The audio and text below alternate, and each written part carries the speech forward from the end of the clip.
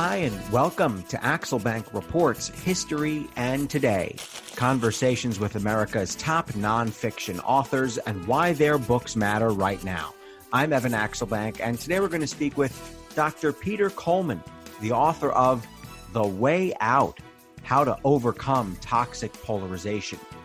He's a research scientist on conflict resolution at Columbia University, where he's taught for decades. Thanks so much for being here, Dr. Coleman. Oh, thank you, Evan. It's good to be on.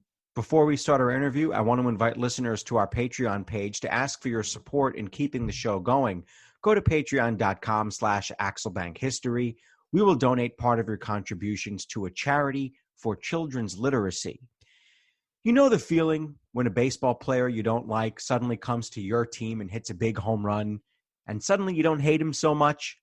Well, a recent headline on a major news website was, Biden is getting dragged in the polls, but that has not stopped Democrats from sticking by him. His overall approval rating is just 40%, but over 90% of Democrats still support him. We all know never-Trumpers who became Trumpers once he was the leader of their team. I will ask what that says about politics, but first, Dr. Coleman, you say that polarization is making us miserable. That phenomenon, sticking by the guy on your team or the lady on your team at any cost, even best friends who support different candidates can suddenly seem distant. Dr. Coleman, you say what we are living through right now is even worse than the Civil War, the Vietnam War, and Watergate. Really? Yeah, I wouldn't say it's worse than the Civil War, but it definitely is a parallel with the 1850s. This is a comparison that has been drawn by John Meacham and Doris Kearns Goodwin and other noted historians, because they looked at basically events in the 1850s, which is right before the U.S. Civil War, where you had a major secessionist movement, you had a disinformation empire campaign, and you had, a highly contested election and distrust in our major institutions, which we all have today. The difference today is that we have, social media platforms that are accelerants of polarization and, contempt and animosity.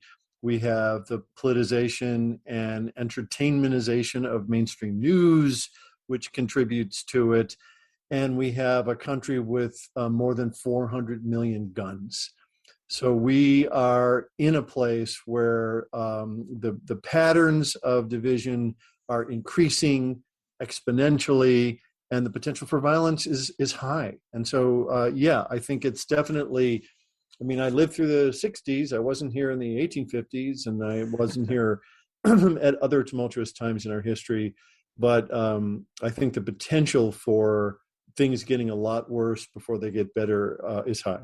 Let's define the term real quick. What does polarization mean, the definition of it, both in the dictionary and as we see it in our daily lives?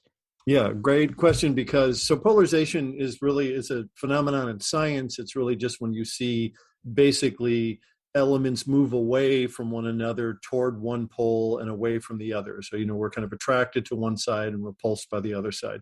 And that happens, again, in physics. Light waves do that. Magnetic filaments do that. And in politics, polarization is not a bad thing. In fact, in a two-party system, we need it. You need to have passionate, informed, believers on either side that challenge each other and keep us in check. It can serve as a check and balance. It can serve as a way to kind of push us forward and find more innovative policies and programs.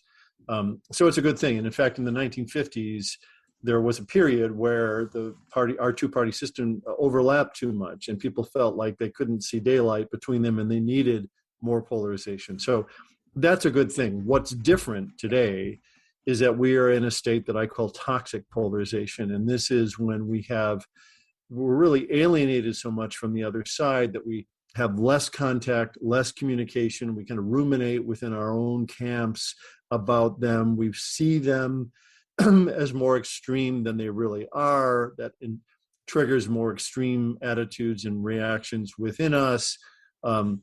So it's making us sick. There's evidence that just suggests that our anxiety, our depression, our suicidal ideation, and this is, of course, not only caused by by political polarization, but it's caused by our times. And if we're alienated from members of our family and our community, it contributes to it. So it's definitely a toxin, and it's highly addictive. There's research on brain science that looks at how when you feel a sense of, triggered by a sense of outrage against the other and get a little taste of the potential for retaliation, it triggers the pleasure centers in our brain that are triggered by heroin.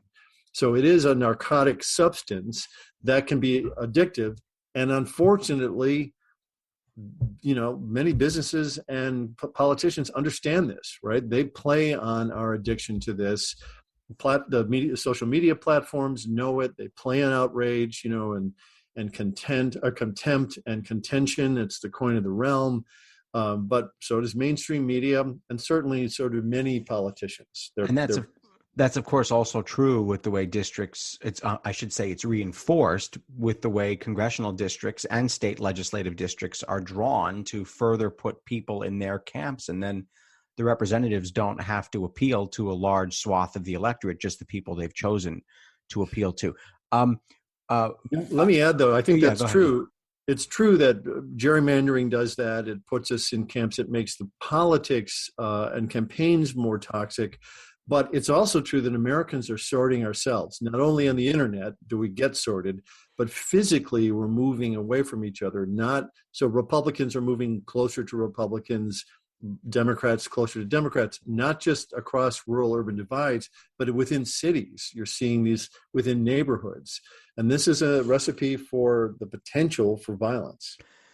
Before we get more into the impact that polarization has on us and on our politics, I do want to ask Dr. Coleman also, and this is not meant to be a cheeky question at all. What do you know? What makes someone qualified to write a book on the pain partisanship causes? I thought your background in the science of this is fascinating. Explain your credentials and your qualifications. Yes. So I've worked I've started working years ago with violent youth and trying to understand violence in society. And then I became a psychologist. I studied at Columbia, and I studied, basically conflict and peace. And so I run a couple of research centers at Columbia. I've been there for about 25 years. And one is focused on mostly trying to understand, deeply divided societies, long-term intractable conflicts like Israel-Palestine or Northern Ireland, but also like what we're seeing in the U.S. today. And particularly in that realm, what we're interested in is the conditions under which such societies change. When do they pivot? What leads to them moving out of, either civil war or violence or intergroup, stress, and moving in a more positive direction. The other project I run is a project on sustainably peaceful societies. There are hundreds of societies across the world that at some point oftentimes come out of violence, pivot, and then organize their society in ways that really promotes harmonious relations. And this is true in Mauritius and in Botswana. It's true in the Scandinavian countries, Costa Rica, Singapore, New Zealand. These countries are all nations and societies are all over the world. And there's a lot we can learn if we take them seriously and study them. So those are the major areas of research that I've been involved in for about 25 years. One of the opening riffs in your book is on the city of Boston and how Boston is a perfect place to understand how polarization happens and what the impacts of it are. And you give examples from the beginning of the city of Boston all the way to the Boston Red Sox. Explain Boston. Why Boston? Well, yeah, I definitely picked on Boston. I mean, one of the reasons I chose to pick on Boston, there were two reasons. One is because there was a recent study done of the various counties there are 3,000 plus counties in the U.S., and there was a study done by a group called PredictWise that tried to find the most and the least politically tolerant counties. And Boston is in the 1% of the most politically intolerant counties in the country. So it currently is very polarized politically. But yeah, I just sort of pointed to the history of contentious, divisive politics that have been evident in Boston. But most importantly, including with some issues around the Boston Red Sox, but most importantly, I chose Boston because there is a case in Boston of, it's a place where pro-life, pro-choice conflict has been intense and ripe for decades, and particularly in the 80s and 90s.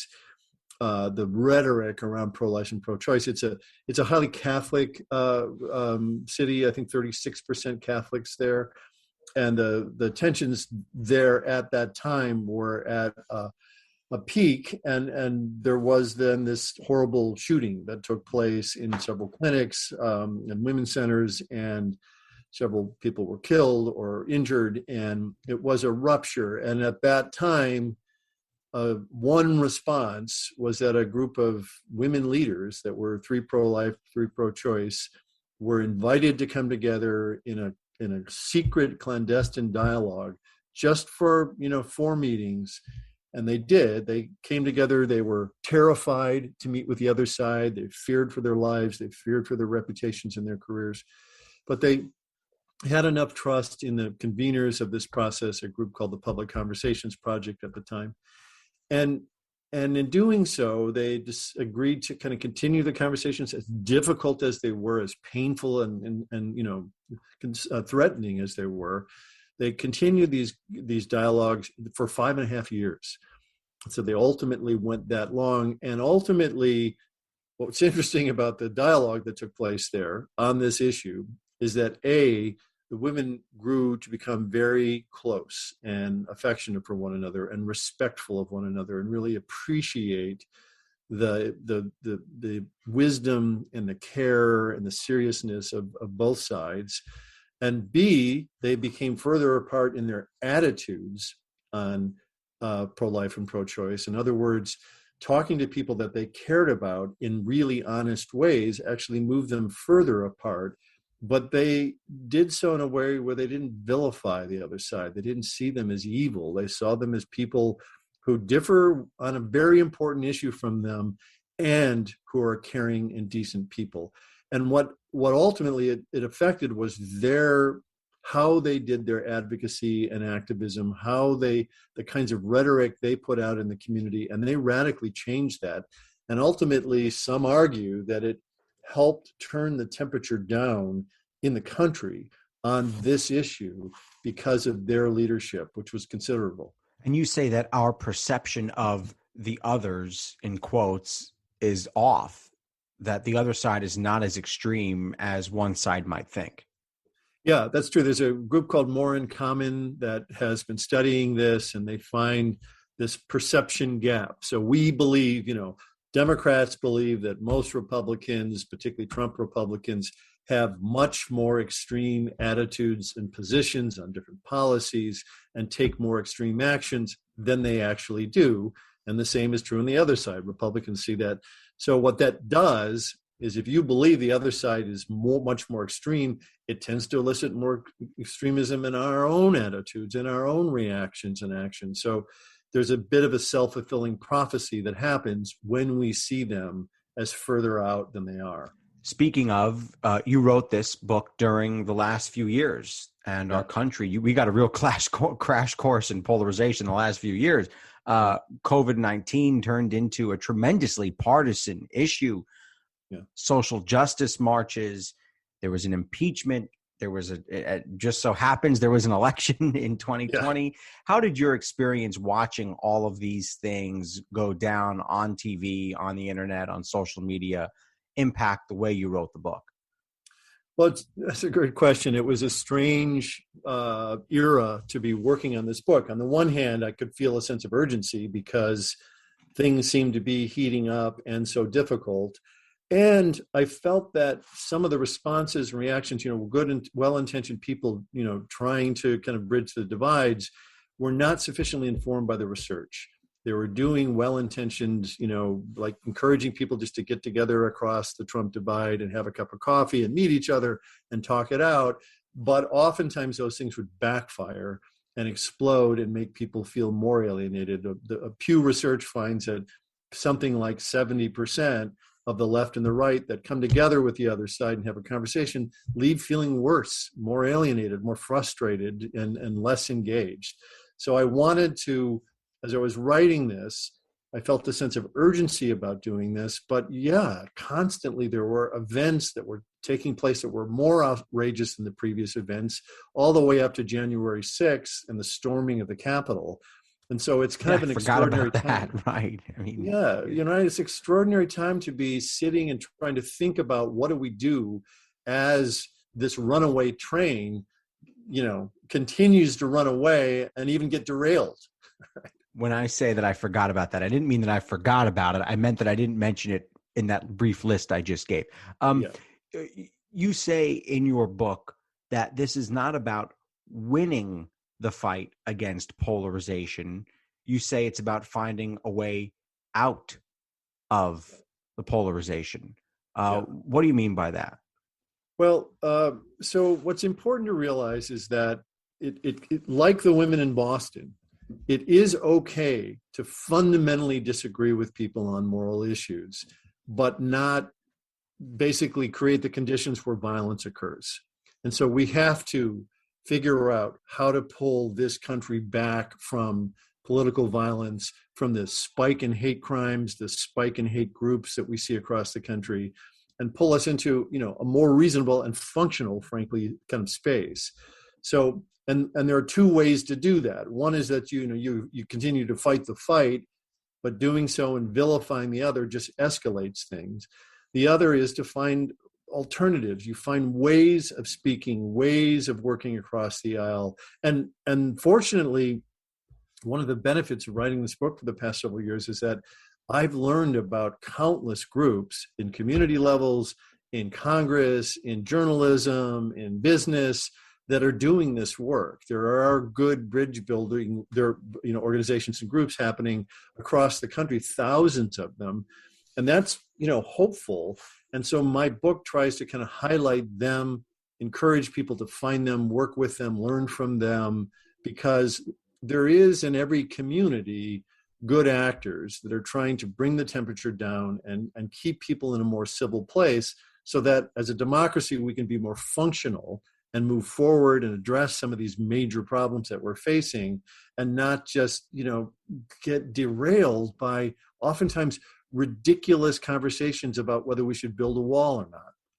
You told a story in the book that I thought was fascinating that I want to have you retell here on the show. But the story is of a reporter who came to the United States to speak with someone on each side. If you can put people in two camps, I hate the words both sides, but because there are many sides, but he did his best to find two people with opposing views, and he brought them together, and they went to a basketball game together, and for a while it worked, and then all of a sudden it didn't work.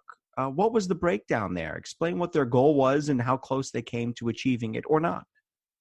Yeah, so this was one of those stories that really motivated me to try to be clear about when those kinds of, encounters, bringing people together across these divides, work and when they don't. This was a reporter from a German periodical.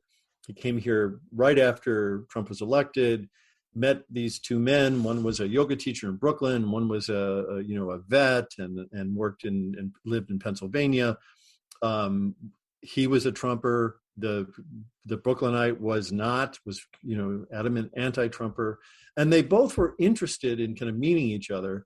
But the reporter met them, followed them, did reporting on them for about a year, and developed relationships with them. He liked them. He thought they were good people, the good guys, good family men. They were, good in their communities. They, contributed in their communities. So at some point he thought, these guys should meet. They want to. Let's bring them together. So they brought them together. They brought them to New York City. They had breakfast. They went for a walk in the park. Conversation went pretty well. Then, they decided to meet the next night at a basketball game and then go for drinks. And frankly, after a couple of beers, one of them, in fact, it was the reporter, mentioned Colin Kaepernick. And Colin Kaepernick was the tipping point.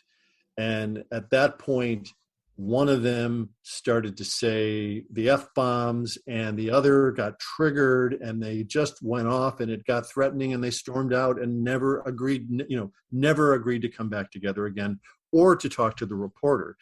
So again, it was a well-intentioned gesture by the reporter, but it was not mindful of the landmines that many of us live in or live with and what can be triggered these days when people are not brought together under the conditions that are conducive to those kinds of conversations. And do you think it was their brain chemistry that reacted a certain way, that they literally couldn't control themselves and they could no longer see eye to eye anymore as two good family men? Instead, it was one person on one side, one person on the other side. The two shall not meet. Some of these issues, that are dividing us are deeply symbolic and psychologically important issues. I think one was a vet, and he had lost friends in Iraq and Afghanistan, and so the whole idea of Kaepernick not kind of respecting that, or at least that's how he saw it, was triggering for him. The other guy, I think was sort of his father was a military man, and he had been kind of, disrespected by his father, kind of disowned by his father. So they both had these kind of deep psychological connections to that issue that were triggering under the conditions where you're kind of, shooting this crap with somebody else over a couple of beers, and somebody says something about Kaepernick and somebody makes a wise statement and off they went. So again, that is the kind of psychological landmines that many of us fall into. I mean, I had an experience like this recently. This is more benign, but I was watching the U.S. Open. Love the U.S. Open. Watching tennis, right? And I'm watching a player. What's his name? Stefanos Tsitsipas, who's a Greek, up and coming challenger, charismatic player, handsome young guy.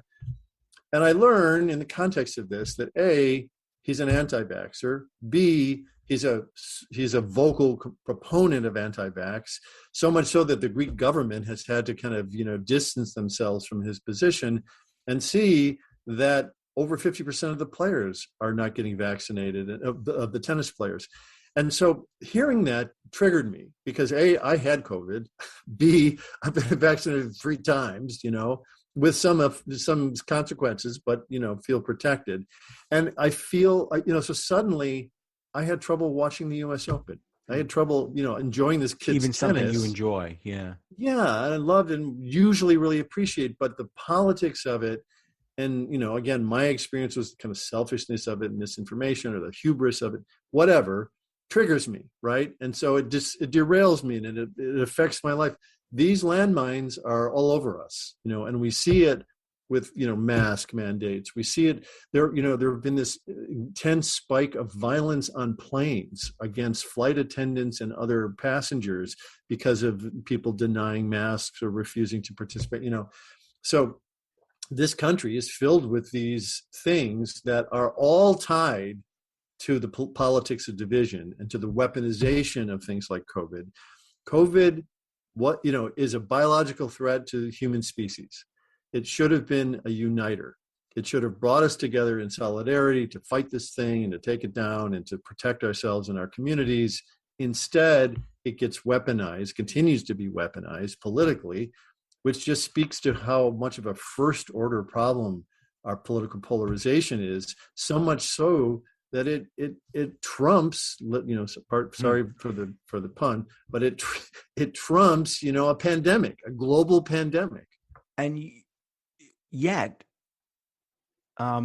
even still, you say you're writing this book on behalf of supporters of a particular president that you were not a fan of. What do you hope that achieves? Sympathizing with those who support a candidate that you found destructive. Yeah, well, again, what I try not to do is essentialize all of those voters, right? Half of the country, and realize that there's a lot of different kinds of motives that people, use or are driven by when they make a choice. Part of the problem in our country is that these are dichotomous choices. It's like this one or this one, and sometimes that, that leads us to this kind of divisive types of thinking. And even picking a third party is seen as potentially giving it to one of the other two, to the other group you don't like. Yeah, I think logistically, practically, that's true right now, unless a third party grows that is sort of a meaningful and actually potential third party or contestant in the elections. But I wanted to answer your question because sorry, go ahead. Yeah, sorry. There's a group. This group More in Common has been studying America, and they find that there are not kind of two sides to this issue, but there are at least what they call 7 tribes. That there are different groups, some more moderate, some more extreme, that lean left, lean right, and that's an important distinction because, again, the story of politics in America today is being driven by the extremes. They're the most engaged, the most active, the loudest voices in the room on Twitter, on Facebook, and so they're the ones that are shaping the story. But there are the rest of us, and that's something like 86% of America, which are more moderate, in the middle, whether you're, totally in the middle or you're a little left, little right. And those people are what this group calls the exhausted majority.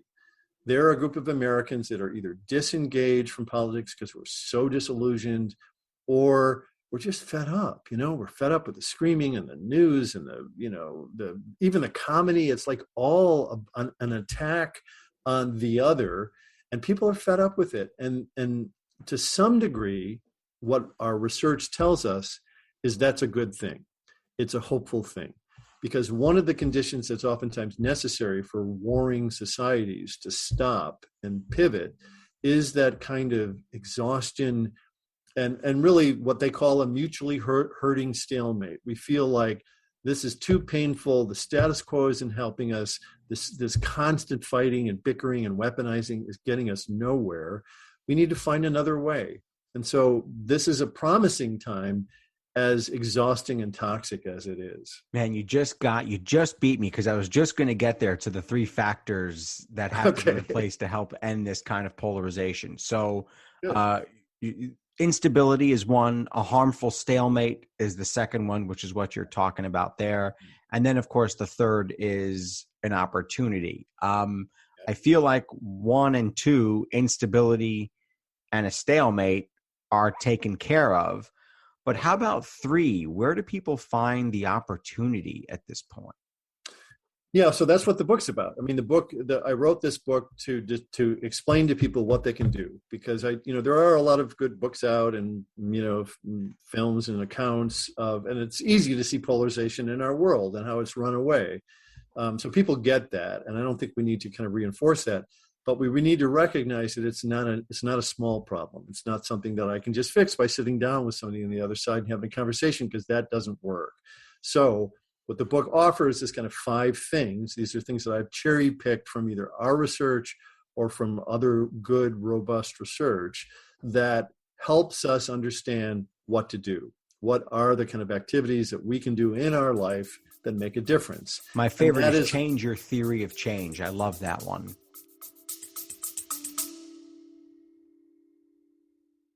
Baking from our childhoods just sticks in the memory, doesn't it? We never set off on holiday without piles of Tupperware. And there'd always be Bakewell slice, flapjacks, and tray baked scones in the boot. Do you not do that, Lisa? Yeah, no.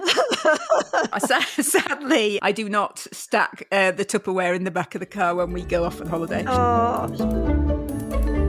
Welcome to Small Ways to Live Well, a new podcast from the Simple Things magazine. Season 2 is a pick-me-up tonic that helps us make the shift from winter to spring. A 6-week suggestion box full of things to note, notice and enjoy about the season. Search for Small Ways to Live Well on your podcast app.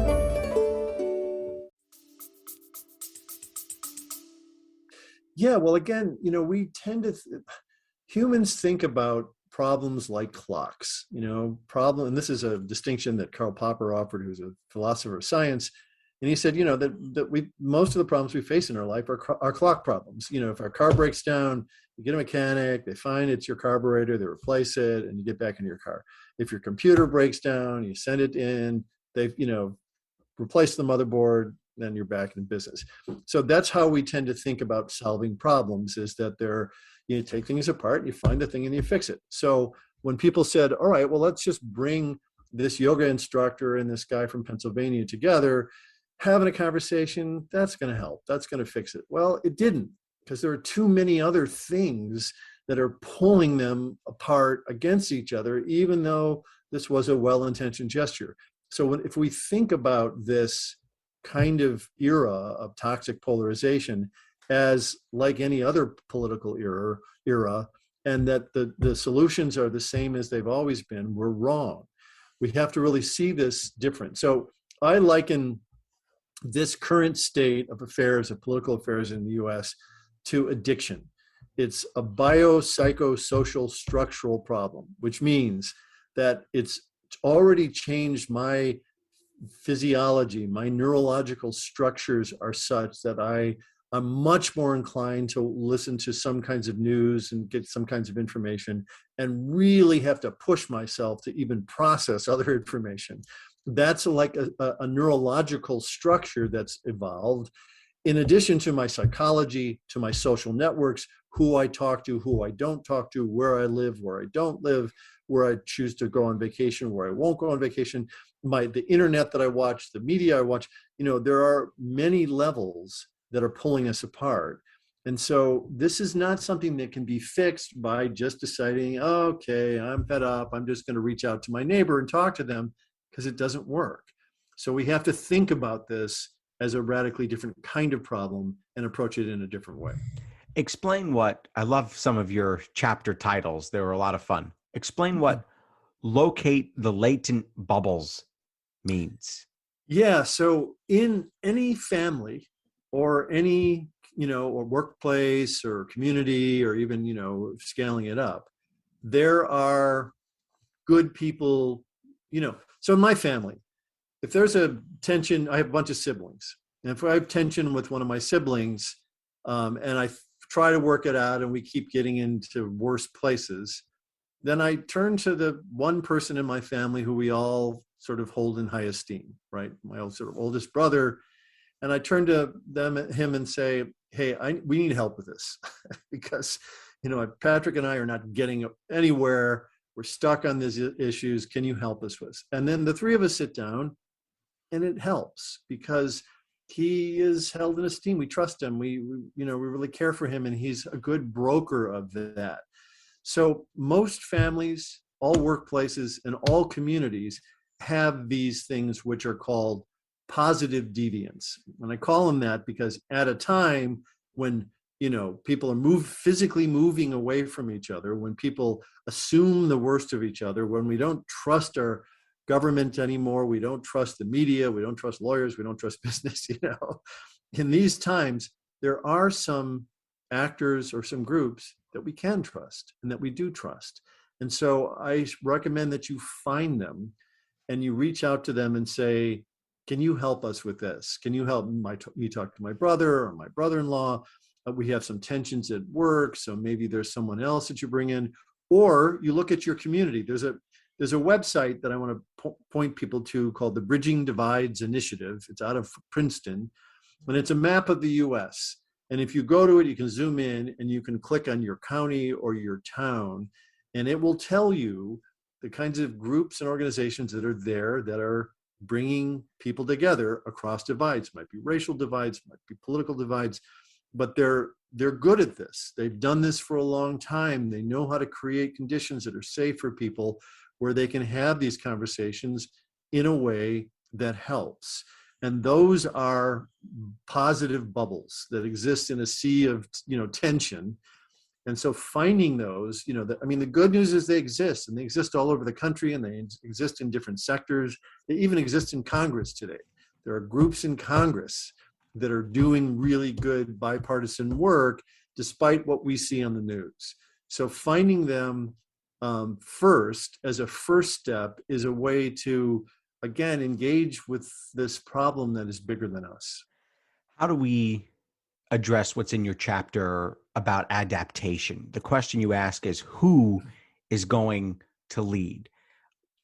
What do we all do with ourselves when we're looking around for the next inspirational figure? Yeah, that's a great question. I mean, the chapter on that, it's interesting. My daughter recently, who's 27, read the book, liked it a lot, but then said, that last chapter on adaptation is hard. It's Yeah. just like hard news because, as in America, we want simple answers. We want quick fixes. We want to know, oh, what you do is you take this pill and polarization will go away, or have this conversation and it'll be fine. And what the chapter, which is about adapting, tells us is that this is going to take time, that we have to recognize that this kind of, this 60-year trajectory that we're on as a country that is multi-level is not going to be addressed through a conversation or in an hour with somebody. But it can get better, but we have to do the hard work. So let me give you an illustration of this. There's a part of the country upstate New York called Jefferson County, and a town there called Waterton, New York. I know Jefferson County. I used to work in Syracuse, and I covered a couple of stories up there, so I know Jefferson County. Okay, so Jefferson County is in the top 1% of the most politically tolerant counties, even though it's in the center of Trump country. It went to Trump by, I think, 20 with a big points. Military base there. Yeah, major military base. But what's interesting is that there are certain qualities to, for example, Waterton, that lend itself to being more politically tolerant. Like there are more mixed marriages there, right? Mixed Republican, Democratic marriages. There used to be many more in the country. It's declined so that they're in the worst places, there are only 10%. Here it's more 25 or 30% of the couples are, and what that means is if you have a husband and wife or partners that are together, different political orientations, their kids hear different sides. And so they tend to be socialized in a way that's more respectful of the other side, So it has these kinds of long-term consequences. But one of the stories that there's an article a colleague of mine, Amanda Ripley, wrote about Waterton. And one of the stories she found is that there was a preacher there who had Monday morning breakfasts. And he would invite partisans from both sides or all sides to this breakfast. He would cook it. They would come every week, back and again. And he said, there's a recipe here for bridge building, which is that A, you make a good breakfast that people like. B, you have people who are, from very different positions coming together, but they come back enough and they talk enough about the issues that they start to realize what they don't understand. And that's when you start to have candid conversations. Because take immigration. It's an immensely complicated issue. And we simplify it into these stupid talking wall or points, no wall. Yeah. Right, which are just meaningless and really avoids the topic. So when these people come together again and again and again and keep, not only does it, like the Boston Dialogue Group, start to have them connect to each other in emotional ways, and they learn to, like and respect each other, but they also realize that these are complicated issues, and they're all the issues that are defining us. The pandemic, like what's the right way to respond to the pandemic? We won't know that until 10 years from now, These were the right decisions, these were the wrong decisions. So thinking that and you can, therefore weaponize and blame the other side is just obscene. There will be people who hear you say that. Just blame the other side. That's obscene. You can't do that because I hate both, but the two different sides react chemically when they hear the other side, and then they start, as you put it, filtering themselves into their own groups. But some will hear that and say, no, we have to in order to address the polarization, we have to address the root of why we are polarized. And then they will blame the other side and say Republicans or Democrats are more to blame. Is it an important question to answer whose fault this is? It's an important thing to reflect on, but ultimately it's an important thing to take some responsibility for, because we're all triggered. We all react in ways that we're not proud of, and we say things either in private in our home or on our social media that we're not proud of. So there's, all of us in big and little ways are contributing. Certainly there's not a symmetry to what's happening here. One political party has been weaponizing particularly COVID in a way much more than the other. But the left is also responsible for what they do with that information and how they respond to that. So there is plenty of responsibility to go around here. And, blame is cheap. Blame is a reactive kind of quality. I understand it. I feel it all the time. But the question you have to ask yourself is, where is it getting us? Like, ultimately, is there value in blame, in attack, in, confrontation like that? Or do we have to learn to suck it up? I mean, look, people in war zones across the world have been able to turn the corner by accepting, in Rwanda, people have been able to begin to reconcile enough with those atrocities. If they can do it, why can't we do it? What do you hope people feel? And maybe more importantly, what do you hope people do after they read your book or listen to this podcast episode? Well, I hope that there are, a handful of things that pop for people, that resonate for people as, that's something that I could do, or, I've never thought about that, or this is something I really want to try. So, what I try to do in the book is I have these kind of 5 principles, and then I lay out, well, what does that mean for you and your choices? What does that mean in your family? What does that mean in your community, all the way up to national, policy structures? So depending on who you are, certain things are going to resonate or not, right?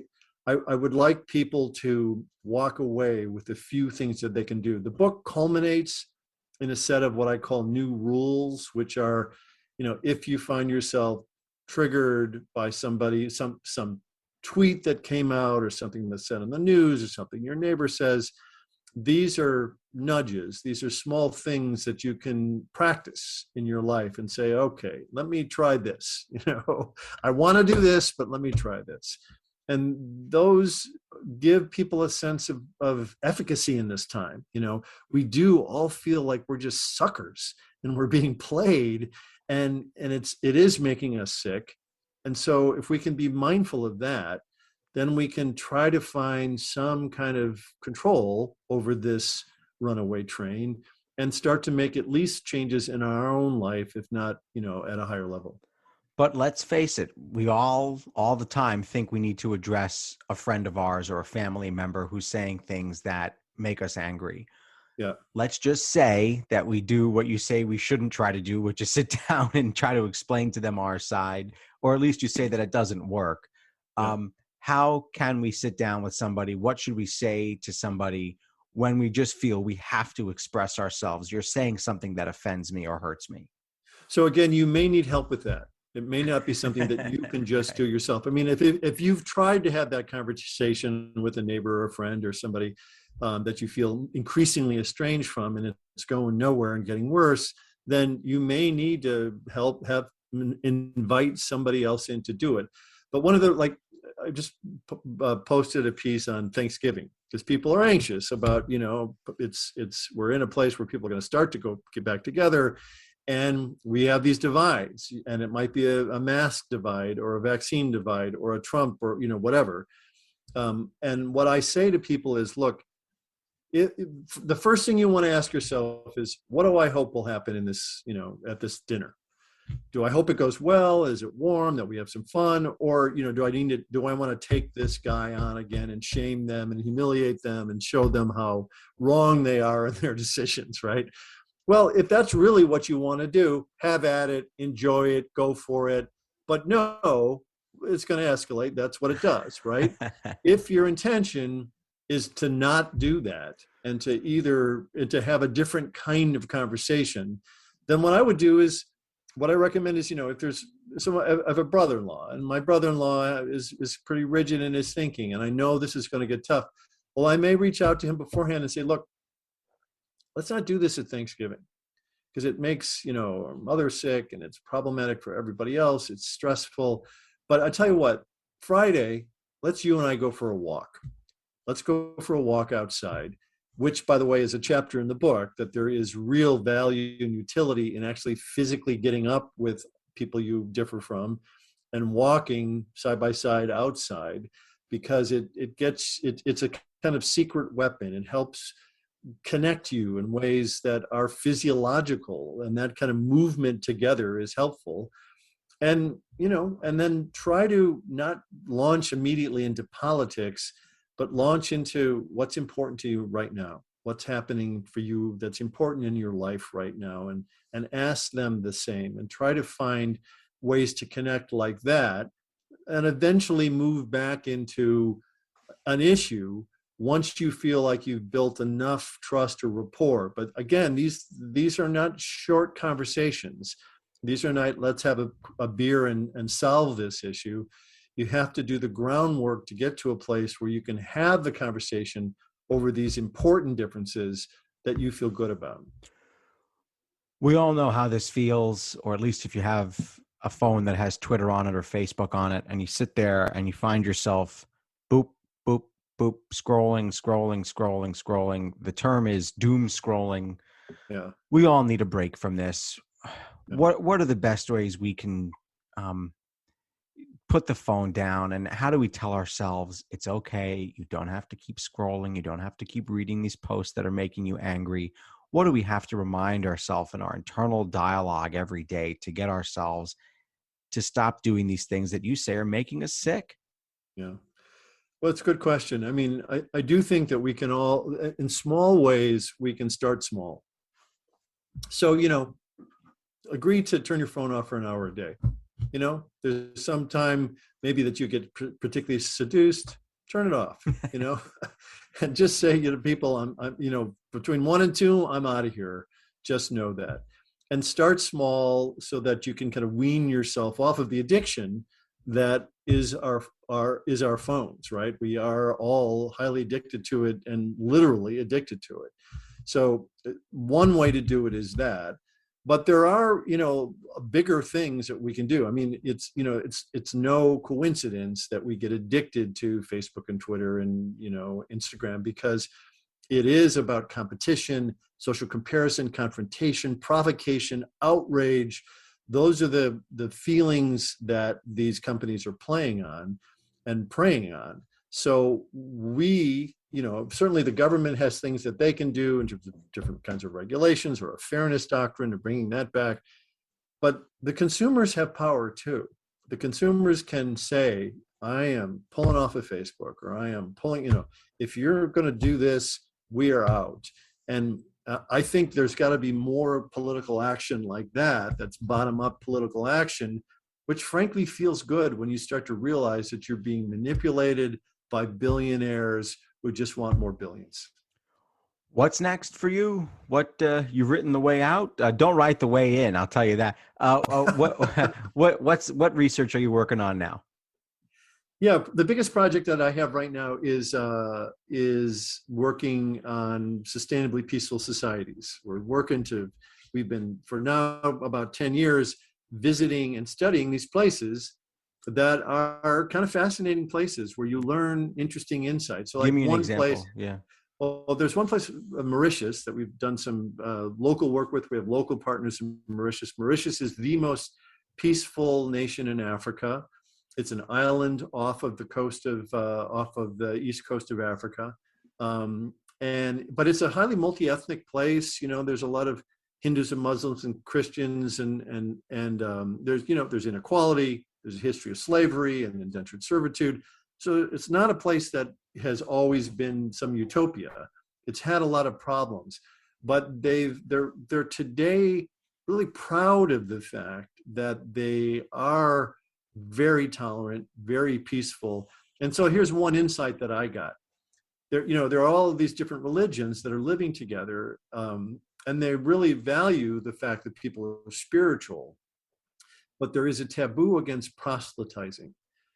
Each community agrees that you don't go after the other community's followers. That is just like, it's not done. And that's interesting because, most of these religions have this legacy of missionaries that go off and try to recruit new people, new believers. And there it's like, no, you don't do that. We like that people are spiritual. We like that they, have the values with these, organized religions, but we don't want them pilfering from each other. And it's not the only answer. but it's part of a constellation of kind of norms and taboos that help these societies both remain peaceful, but also when there are shocks, when there's influx of immigrants, when there's the downturns of economics, when there are these destabilizing things, they're able to adjust in ways because of the norms and taboos they have that allow them to remain more harmonious. Dr. Peter Coleman, Columbia University, author of The Way Out, How to Overcome Toxic Polarization. Thanks so much for joining us. Oh, my pleasure. Thank you for having me, and good luck with Thanksgiving. We'll all take that. Check out the book, his Twitter feed also. It's at Peter T. Coleman 1. His website is thewayoutofpolarization.com. I want to invite listeners to our Patreon page to ask for your support in keeping the show going. Go to patreon.com/AxelBankHistory. We will donate part of your contributions to a charity for children's literacy. Thank you for listening to Axel Bank Reports History and Today, conversations with America's top nonfiction authors and why their books matter right now. Check us out on Facebook, Twitter, and Instagram at Axel Bank History. We update those with clips from the show, guest announcements, and book recommendations. See you next time. Thanks.